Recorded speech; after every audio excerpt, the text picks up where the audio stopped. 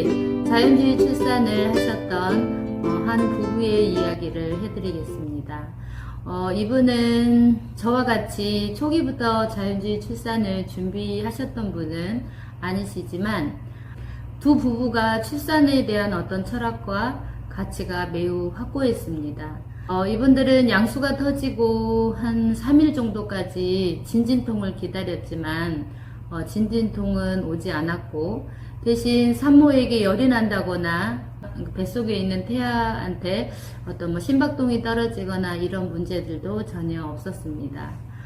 그런데 이 출산을 지켜보는 병원과 혹은 족산원 또 병원 선생님들께서는 불안하고 걱정한 게 없지는 않았겠죠. 양수가 열리고 3일이 지나고 거의 4일째 돼 가는 시점에서 유도분만을 고려하지 않을 수는 없었을 것 같아요.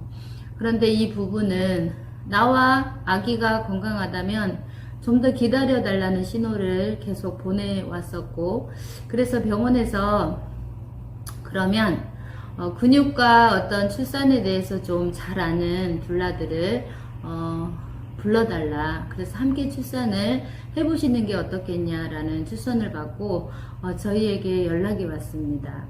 그래서 저희는 저녁 9시쯤에 병원으로 도착했고요. 그곳에서 사실 산모님과 그의 남편을 처음 보았습니다. 이렇게 진진통에 붙지 않는 이런 자궁수축이 오고 있었고, 자궁수축이 온다고 할지라도 40초나 1분 이상 이렇게 지속되는 긴 진통은 아니었고요. 금방 왔다 사라지는 이런 자궁수축을 계속 하고 있었던 겁니다. 그러니까 3일 동안 이런 진통을 했다고 생각하면 얼마나 힘이 드시겠어요. 그쵸?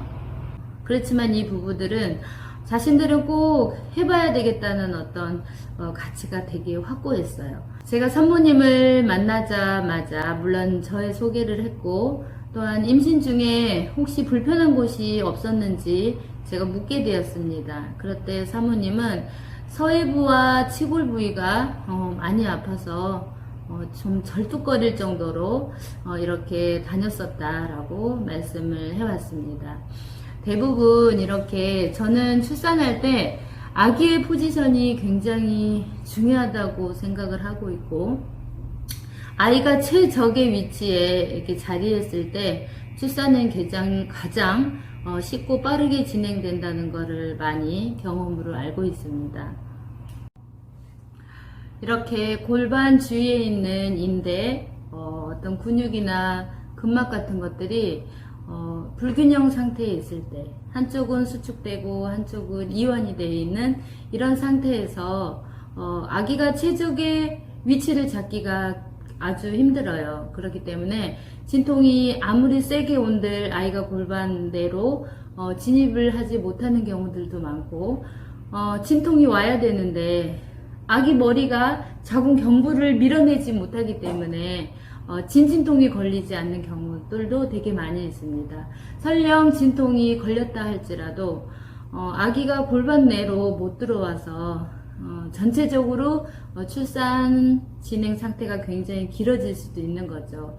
다행히 이 산모님은 저희가 딥티슈로 많이 뭉쳐있는 곳들을 풀어드렸어요. 무려 1시간 정도 풀고 난 이후에 산모님은 기존에 아프던 곳들이 하나도 아프지 않다고 얘기하기도 했고, 그래서 저희가 그 어브도맨 리프트 앤 턱이라는 그 둘라들의 테크닉들이 있어요.